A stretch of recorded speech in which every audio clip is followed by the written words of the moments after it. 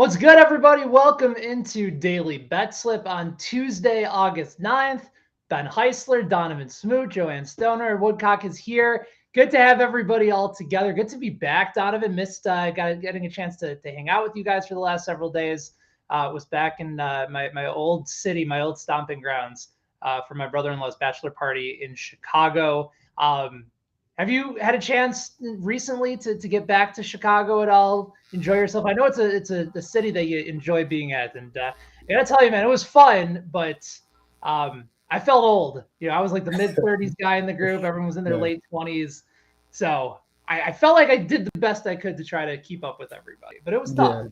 yeah. I haven't been back. I want to go back, and it might not be the smartest thing in the world, but I want to go back in the winter. I want to feel what that's like. I've never had a Chicago winter, like a Midwest winter, so I want to see. I know it's a serious thing, but I want to see what the hype is about, I or mean, or not hype, whatever it is. there's a lot to take in there as a Texan who wants to go to Chicago for the winter. I think your approach is slightly different than how I would handle it, but I get it. It would be a different experience. I'm happy to fill you in, other than it's a lot more fun to be there in the summertime than in the wintertime. I can promise you that. Yeah, we'll see. We'll see Okay. what happens. Fair enough. Fun show today, by the way. We'll dive into our bad beat of the night, which our own Ian McMillan actually experienced. He tweeted that one out. We'll get to that coming up in just a second.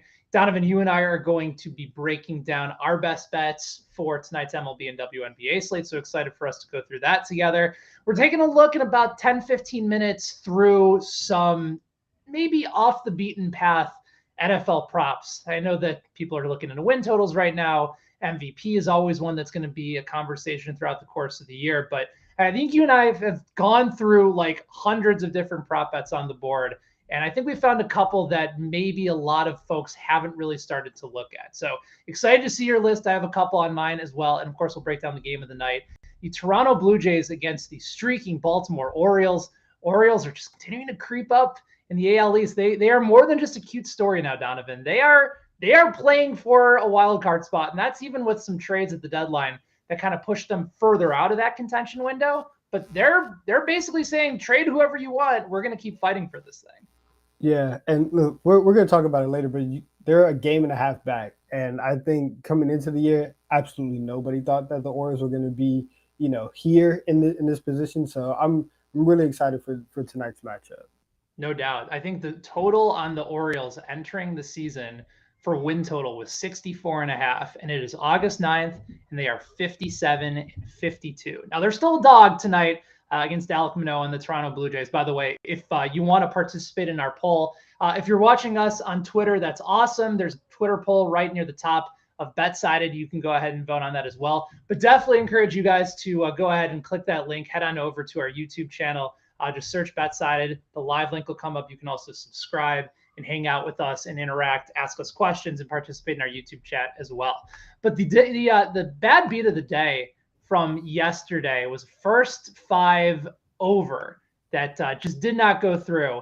It was the top of the fifth inning, and Francisco Lindor just smoked one, Donovan. Like, you know how, like, if you're watching a game on TV, you're just fully convinced that ball is gone. Like, you don't even have to pay attention to the rest of it. But Mets are up 3-1. Their team total against the Cincinnati Reds at home was 3.5. Lindor smokes one to right center field, and the Reds outfielder made a spectacular catch, robs him of a home run, and there was a runner on third base at that point too. So from that point, he wasn't even able to score. And all of a sudden, you lose the team total. Not an ideal way, especially in a very advantageous matchup against the Cincinnati Reds, where you knew plenty of runs were going to be scored.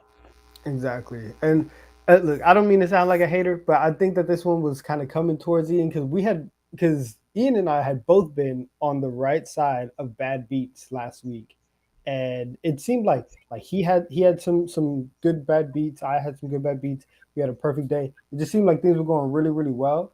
So I feel like he was kind of in line for something like this. So it sucks that it happens to our guy, but I mean, it'd be like that, you know?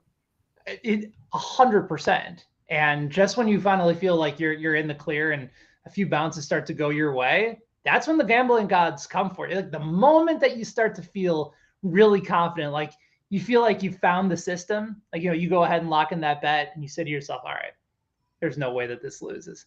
That's when it comes back and get you. And usually it happens in the most painful way possible. So pour one out for anybody that had the Mets and the Reds, the Mets team total over, and getting robbed by that home run out to right center field.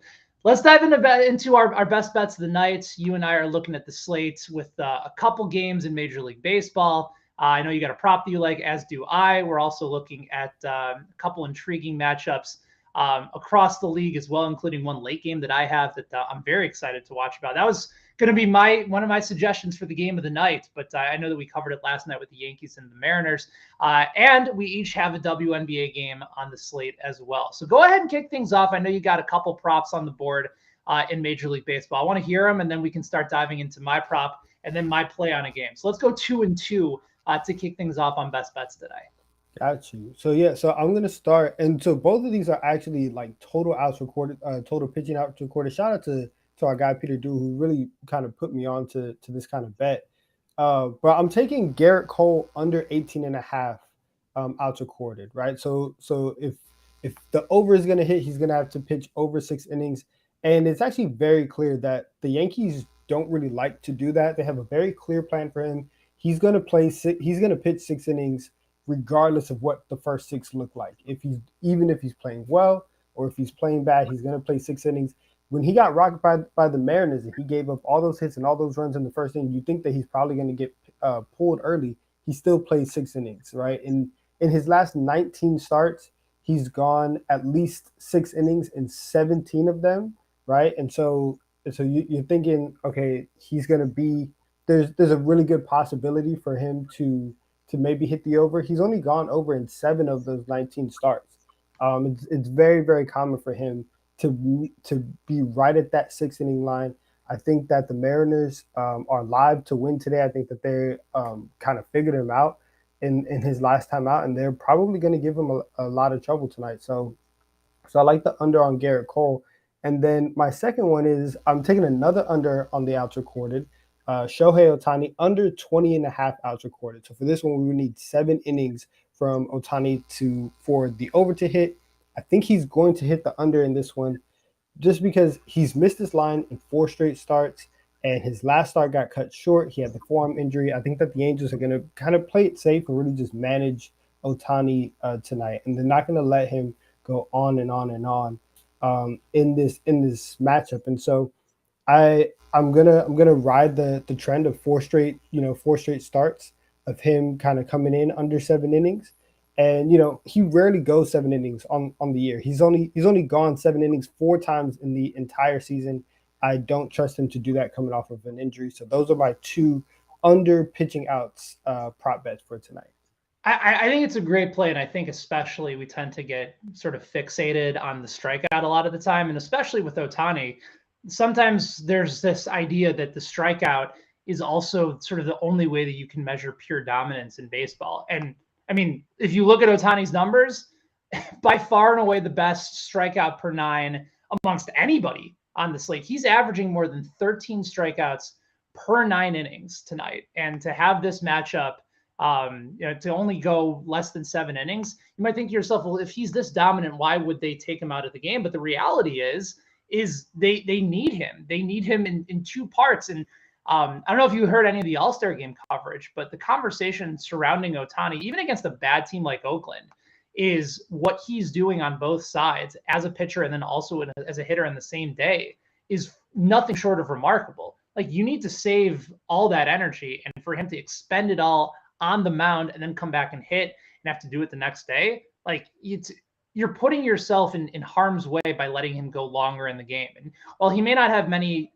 stressful innings against Oakland, at the same time, it's a road game. It's also a game that they're trying to figure out what's next for them. He's trying to figure out what his contract status might be. I think the play on Ohtani in particular is one that I like. As for Cole, he also has a history of figuring some things out. And I know that, yes, he got roughed out by the Mariners, but is there any sort of reason, before we dive into my picks, do you feel like do you see him struggling again? Like the Mariners might have figured him out? Or is it just more along the lines of what you said? the innings just may not be there for him because they need to save him for the playoffs. Yeah, I think it's a little bit of both. I think the Yankees are going to try and manage him kind of, like I said, how they've been doing the entire season. But also I don't think that he's going to, turn around and have a completely different outing tonight. I don't we're not going to see a Garrett Cole no hitter tonight. That kind of dominance isn't happening. So I think he's probably going to improve because you can't get much worse than how he pitched the other night. But we'll That probably wasn't see great. we'll probably see something in the middle. And so with just an average performance, I'm gonna trust kind of what I've been seeing all year from him and from the Yankees, and that's kind of just a normal 6 inning performance. Like it. All right, so we got the two props on the board for Major League Baseball from Donovan. I'm going to start with a prop as well and lean towards Alek Manoah for the Toronto Blue Jays tonight. Obviously, that's our game of the night, so we'll talk about that game coming up in just a little bit as well. But let's focus on a prop here. For whatever reason, Donovan, I know that he's not a strikeout pitcher, but earlier in the day, a lot of sportsbook had his number at 4.5, and then you started to see a lot more immediately move that line to 5.5. And sure enough, some of these sports books, in particular, I think Caesars had Manoah's over at 4.5 today. Now it's minus 165, so you know that it's going to be a little bit on the expensive side. But for somebody who has hit this number, and this is not hyperbole here, he's gone over 4.5 strikeouts in 9 of his last 10 games. And yes, he's not a strikeout pitcher, but he's still going up against an Orioles team that has been playing well, but still ranks 11th in Major League Baseball in strikeout percentage, and that's on the wrong side of it. They're still striking out more than 23% of the time. He's continuing to go deep into ball games. He's only given up 4 runs one time this year. All the other starts either have been around 3 or 2. He's remarkably consistent. So I don't mind paying those premium numbers because I think it's a fantastic number to begin with. If you want to roll the dice a little bit, I think going it at plus value at 5.5, if it's still available wherever you're booking, Donovan. But as far as Manoah goes, like sample consistency, sample size, like all these play right in his favor to be able to go ahead and hit the over. It's not a lot of strikeouts, and it's still a free swinging Orioles team that's been successful, but he's going to go deep into this game and he's going to have plenty of strikeout opportunities along the way. So that's the first one on the book for me. What do you think? I like it a lot, and I agree with you in on your kind of handicap of Manoah, and we'll kind of get to that later because I feel like my pick for the game of the night is kind of in line with this one. So, but Yeah. for right now, I like this pick. Cool. All right, Yeah. so that's my prop on the day. I got a game total that you mentioned Garrett Cole just a little bit earlier. I'm slightly going on the other side of it. It's a very different bet, but I am betting on Garrett Cole to figure things out tonight. Conversely, I think Luis Castillo is going to continue to pitch well as well. Talked about the consistency of Alek Manoah. Luis Castillo has been almost even more consistent since he's come back this year. Love what he's been able to do. Had his first game at New York in a Mariners uniform. That was the same game that Garrett Cole got rocked for 6 runs, including 3 home runs in the first inning. Now pitching in Seattle, which has been more so a pitcher's park throughout the course of the year. He's going to be able to have that to his advantage, as is Garrett Cole. And the pick for me is on the under here. 7 runs is not a lot of runs, and I fully understand with a team offense like the Yankees that's been amongst the top in the league. It's going to feel like it's going to be, you might have to kind of loosen your collar a little bit because they can explode at any point. But Castillo, also kind of similar, Manoah has not had those games where he's given up more than 3-4 runs throughout the course of the entire season. Also going to go deep. I expect Cole to be able to go those 6+ innings as well. Figure out what cost him in the last couple games and get back to the groove he was in that June, early July period. I just think 7 feels like it's a number that for a likely 3-2 ball game where runs are going to be at a premium. I like both of these starters a lot, and I think the pitching is going to outperform the offense in this particular matchup. Neither offense has looked explosive. I like the pitching matchup here, and I feel like that's the play to back it, even if it's at 7 runs. Yeah, I think the one pushback that I would have on this is the fact that in the 4 games that they've played this season, the overs hit 3 times, It has. The line is the 3-0-1 against the over with one push, and the totals have been 8 runs, 7 runs, 8.5, and 9. So we've been seeing the over on we've been seeing the over in these games with even bigger lines. So that's why I'm a little nervous about 7. But I mean, if you think that Garrett Cole is gonna pitch better, which I think both of us do, and then Castillo's having that, then I see the vision on it. That's just the one thing that I would be a little bit concerned about. Yeah, you're right. Both of these teams against each other have put up some runs. The Yankees put up 9 runs the other night against one of my favorite pitchers in Logan Gilbert. Castillo's a very different type of pitcher, like good at keeping the ball down. I think he'll play to that pitcher's park exceptionally well. And then, like you said, for Cole, some of the balls that were hit out by the Mariners last time out are not going to be home runs over at, I think it's T-Mobile Field. I keep wanting to call it Safeco because that's what it's been most of my life. But I do think it's going to be Park. T-Mobile Park. Was it? Did I say T-Mobile Field? Safeco Yeah. Field, T-Mobile Park. They wanted to, differentiate a little bit more. So those are our baseball bets. 2 on each side. We also have a WNBA play from 2 different games. It's a 3-game slate in the WNBA tonight. So go ahead, Donovan, kick things off with your play, and then I'll transfer back to mine on the night. So who do you like?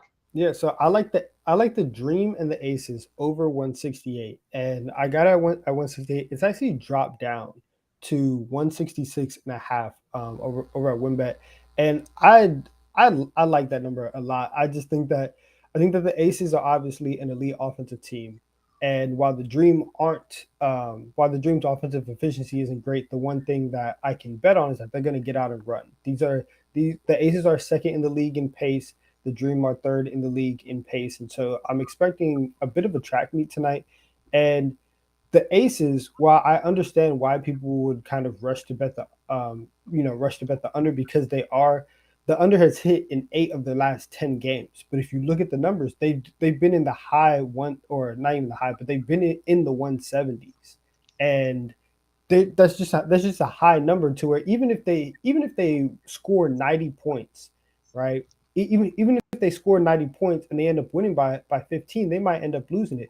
Now that we've seen that number drop a little bit, and again, it's at 166, this is kind of the norm for the league. If you're giving the Aces a 5-6 point discount on what they normally are at, yeah, I like the over. And defensively, their defensive efficiency, the Aces are kind of trending towards the bottom of the league, right? They're 8th in defensive efficiency. Mm-hmm. They're really inching towards the bottom. What is that? Bottom third, bottom fourth of the league. I don't have my percentages right, but if they are not going to stop the Dream from getting out in transition, then I expect them to just let the Dream kind of rack up their points in transition on fast breaks, and they're just going to outscore them. I think that plays towards the over. I like that play a lot, and I think especially given the Dream taking down the Aces the last time these 2 teams played. Remember, that was they were kind of going in opposite directions. If anything, you had an Aces team that started off the second half red hot. Conversely, you had a Dream team that really had scuffled heading into the All-Star break, lost a few games after that. They broke a pretty sizable losing streak on the road against the Aces. I think correct me if I'm wrong, I'm pretty sure they were double-digit underdogs in that game too. I think they were. And the final score in that game, 92-76, comes out to be 168. So now that line has moved down a little bit, you see a little bit more value on it. I think so. And I think especially for the Aces, knowing that they still have a shot of catching Chicago for that top seed in the playoffs. Dream at this point are pretty much out of the playoff picture, although things might be able to break their way. It's still a young team that's made enormous strides this year. But I do expect a better offensive performance from the Aces. I know that the Dream have been a good defensive team all year, but they'll also have stretches. And about this, as we've talked about this and covered this team, where they become a defensive liability because the pace becomes too overwhelming for them. So I like this call a lot, even though Atlanta has shown signs, especially in the second half, of getting their defense back on track. As for my play in the WNBA tonight, really fun game in Chicago Tuesday night. I was actually bummed out. I wanted to go see the Sky play on Sunday afternoon. Wasn't able to make it happen against the Connecticut Sun. It was an amazing game too. But they're hosting the Seattle Storm. Could be a possibility for a second round playoff matchup. Chicago right now is the 1 seed. Seattle's the 4. And I'm looking a little more specific. The line is the Sky is a 5-point favorite, total 164.5. But earlier in the day, I was able to get this first half over at 81.5. Most books now have it around 82, 82.5. And I still think that's a reasonable number because even though these two teams, Donovan, have played fairly close, tight defensive battles, in the second half, especially in their last 5 games, they are number 2 and number 3 respectively in offensive rating in the first half of games. Las Vegas is number 1, Chicago's number 2, and the Storm, they rank 4th, not third. So either way, they're still top 2, top 4 in offensive rating in the first half of games, and you have a line that's purely reflective of the game entirely. When both these two teams play in the second half, it slows down. Defense usually starts to tick up quite a bit, especially for Seattle, who still has a defensive rating sort of in the mid-90s. They've been a great defensive team all year. And Chicago can still beat you a number of ways. And the games that they split, Chicago wasn't entirely healthy. So only reason I'm hesitant to even take the Sky on the money line or on the spread is that they're not good at home against the spread. They're, I think, 3 games under 500. But this checks out. Their ability to be able to distribute and shoot the basketball in the first half. Same thing for Seattle. It just lines up really well in their favor. And I think it's a very soft line that bettors can take advantage of tonight. So I love the first half over in this game, over 81.5 between the Sky and the Storm in Chicago. Yeah, I think, and even if you want to extend this out to the full game, you might be able to get a fairly good value because Seattle's hit the over in 4 of their last 5 games, right? Mm-hmm. Because because the same way that we talk about the Aces and how their total their totals are normally inflated and they're kind of in like the 170s. You look at Seattle and the defensive style of basketball that they like to play, and so those numbers are a little bit lower. And so you're able to get some really good prices for them. And they scored 81 in their last game against Las Vegas. Then they scored 89. So they have shown the ability to really put points on the board. So I think in the first half and even for the entire game, if you want to look at the over and kind of buck the trend of, okay, I see Seattle, I'm going to bet the under. You can kind of go the other way, and I think it works out. Yeah. Before we get to a look back at all of our favorite props, I know Luis wants to weigh in. He says that the Orioles are winning this game. We'll talk about this matchup coming up in about 7-10 minutes or so, Luis. But I will say that they're a live dog. I know Manoah is a strong candidate, but Bradish is going for them. They're at home. They've been a great home team this year. So we'll have to see. I do trust in Manoah a little bit more than maybe some of the other Blue Jays starters, but I do expect a close game, and I wouldn't take Toronto on the run line. I'll say that. That's maybe a little bit of a tease for a little bit later on in the show. So let's take a look, Donovan, at our bets for tonight. You are going with the under on Garrett Cole outs recorded at 18.5. Also the under for Shohei Ohtani outs recorded. So two studs on the mound. We're looking unders here to try and throw off the public just a tad. Also in the WNBA tonight, over 168 between the Atlanta Dream and the Las Vegas Aces. As for my picks tonight, I like the over on Alek Manoah's strikeouts at 4.5. I like the under 7 runs between the New York Yankees and Seattle Mariners over at T-Mobile tonight. And then in the first half, give me the over 81.5 between the Seattle Storm and Chicago Sky in the WNBA. All right, let's talk some football. It's mid-August. I'm back after several days away. I'm finally starting to really feel my football fix. We got full action in preseason coming up this week. So no better time, I would say, than to start looking at the props market. We've already started putting together. We've already put out, our top 32 bets, one for each team, which you can check out over at BetSided. I know that you were a big part of that article coming out. It was outstanding. Really recommend that anybody who's been watching the show today get a chance to check it out, because you really get to dive in on every team and one aspect of the betting market and the futures market that you can check out. But in the midst of that, there's so many opportunities for us to go through some of these different lines and maybe find a few under the radar names besides just NFL MVP or Offensive Player of the Year. So let's tell the people what we found. Let's go through some of that research and reveal a couple plays in the futures market that maybe not enough people are talking about. So I'll start with you. Give me a couple on the board that you really like. I know you got one on offense, one on defense. Yeah, so I'll start on offense. So if you are a fantasy football player, I feel like this name may not be as under the radar, but in terms of what you're saying, looking at MVP and more of like the top 5, top 10 guys, this is definitely an under the radar play. And it's Gabriel Davis over 60 and a half receptions, minus 115 odds. This was the best bet that I had for the Buffalo Bills.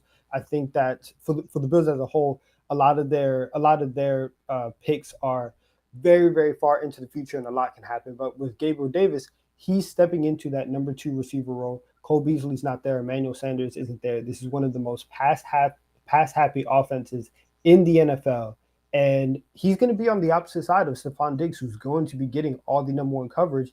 And Gabriel Davis, in the last 2 seasons, he's had 35 catches in each season, and he came on extremely strong in the playoffs last year. 2 games, 13 targets, 10 catches, 242 yards. Had that insane 4 touchdown game.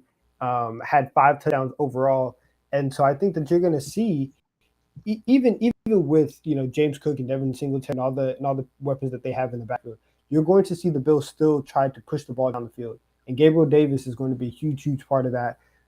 He only played and only started. He only started in 4 games last year, and so I'm expecting that number to go all the way up to 16 to 17. And I think 60 catches is very, very easy. This is honestly one of my favorite bets of the year. I think this is one of my top 3 favorite bets of the year. I'm extremely high on Gabriel Davis, and I think that he can reach this line fairly easily. So I have to find the exact stat, but I think it was somebody put together Gabriel Davis's numbers post Emmanuel Sanders as the starter, and then once Davis was the starter. Mm-hmm. And we were talking about 7-8 targets a game, ton of receptions down the stretch of the year, 4 touchdowns against the Kansas City Chiefs in that playoff game. Like, there's a reason that Josh Allen, who is a consensus favorite to win MVP, and the Bills are the best team along with the Buccaneers to win the Super Bowl at multiple sports books. Like, there's a reason that the Gabriel Davis hype is real. It's just we need to see it a little bit more consistently. But if you're going to buy low, like, now's the time to do it, because he's a valuable part of their offense. They don't have Sanders anymore into the equation. Stephon Diggs is still your top dog in that offense. We're also expecting, maybe Dawson Knox's numbers to go down a little bit. You're still trying to figure out what that rushing attack is going to look like. Davis is the solidified number 2 wide receiver, and he's also a trusted option in the red zone. So there's too many weapons right now on Buffalo for defenses to be able to double team Davis. Like, he's going to get plenty of touches, and I think that's a great play. Yeah, in the last 4 over the last 4 games of last year's regular season, he saw at least 7 targets 3 times. So they are going to be looking for him. The last game of the season, he had 14 targets. He's going to be involved in that offense, so that's why I really like this play.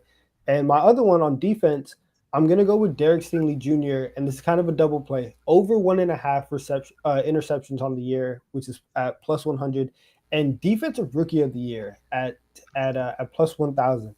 Derek Stingley Jr. is fantastic. He is a fantastic corner. I understand why his price is a little high, because normally these defensive rookie of the year awards, they go to pass rushers, they go to linebackers, because they are the ones who can instantly. It's hard to come in from college and instantly make an impact as a cornerback, and you're able to rack up more tackles, more sacks, be kind of more NFL ready as a front 7 player.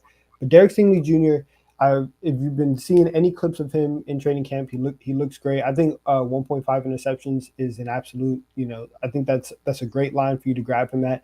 The Texans are going to be playing in a division with Trevor Lawrence, and even if he takes a step up, he still had a lot of interceptions last year. You're going to have Ryan Tannehill, maybe even Malik Willis at the end of the year if the Titans start to fall off. Matt Ryan isn't interception free either.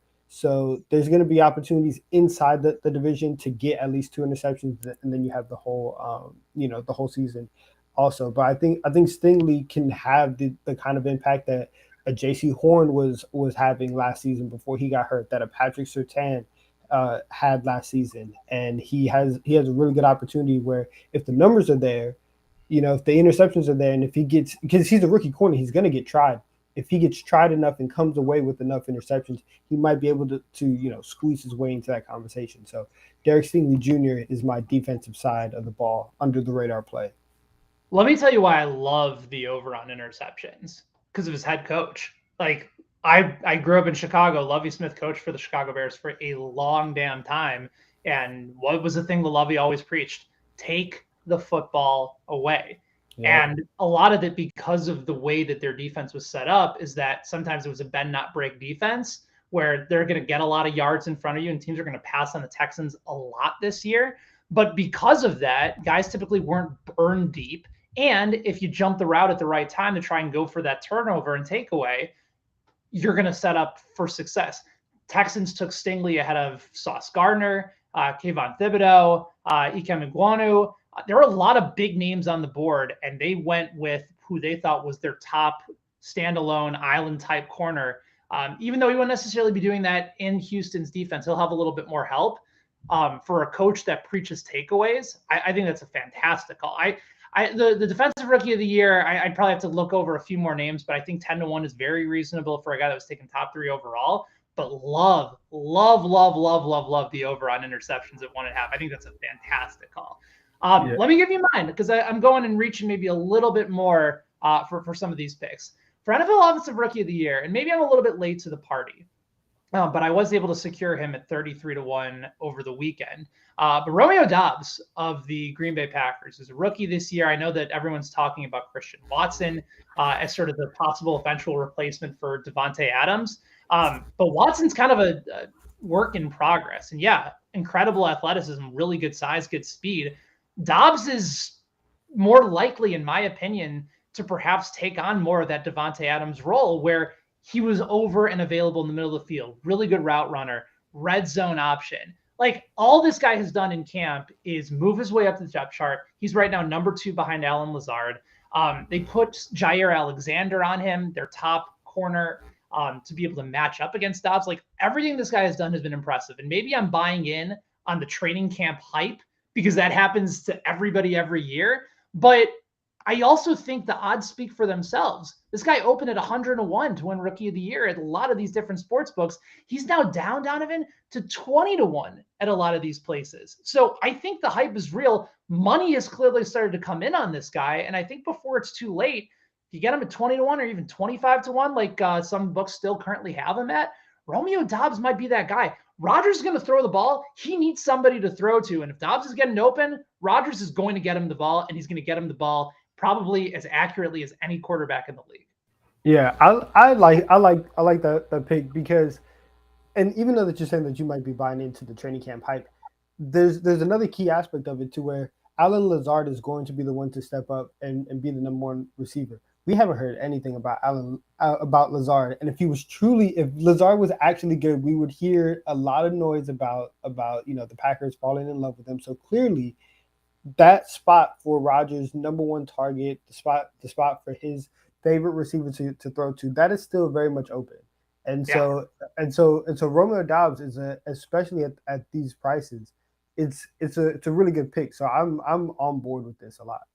All right, so that's my offensive player pick. On the defensive side, and now that I think about it, as a Bears fan, having to pick 2 Packers on this list is kind of disgusting. But you gotta put that personal fandom aside just for a second, because I do think the names match up and they're deserving. And I want to give credit, by the way, to FanSided's Matt Verderam for talking about this guy a couple weeks ago when I was on with him on Stacking the Box, when he was at 50-1 to lead the NFL in sacks, and has now come all the way down to 35-1 and even lower at some sports books. But Rashawn Gary, I have 2 bets that I love for him. I love his over on sacks. You can get that at -12 at several sports books, and also to lead the NFL in sacks, you can find that at plus 3,500 or 35-1. So a lot of it is Gary has continued to take enormous steps in his development in his time with Green Bay. He's been reliable. He's been consistent. And, you saw the 9.5 sacks from a season ago. Now, Green Bay still has multiple guys that can rush the passer, but I think they're starting to realize the type of special talent that Gary is.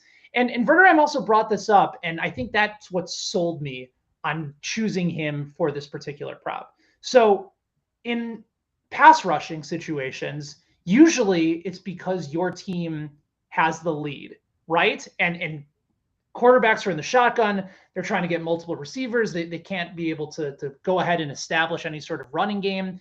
And the Green Bay is in a division with Kirk Cousins, Justin Fields, and Jared Goff. A mediocre team, a possible team on the rise in Detroit, depending on who you ask, and a team that is going to stink to holy hell in the Chicago Bears. Green Bay is going to have plenty of opportunities to defend leads and get the pass rush going in a bad division. And it just sets up so well for Gary to really take over.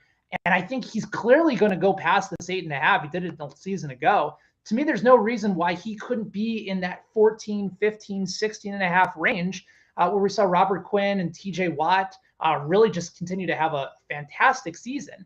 I just think the value is there for Gary in a situation where Green Bay is going to have a lot of leads over the course of the year. And with a good running game and a good defense, they're just going to be able to let him loose. And I think this is a season for him where he takes that next step. And you've already seen money come in on him. I think 35-1 and then 8.5 on the over. Oh, that's a juicy bet for me. I like the 8.5 sacks. I might stay away from leading the league in sacks because Myles Garrett and TJ Watt are still like very very much healthy. But I see the vision on Gary because, like you said, he's gotten better every single year. His sack numbers have increased every year. His snap percentage has increased every year. He's gone from 24% to 48%. Played nearly 70% of the snaps last year. If that goes up even more, obviously the volume for him to rush the passer is going to be a lot higher. So I like Rashawn Gary over 8.5 sacks very very much. Do you know who had the #1 pass rush grade by Pro Football Focus in the 2021 season? It wasn't TJ Watt. You know who it was? It would be convenient if it was Rashawn Gary.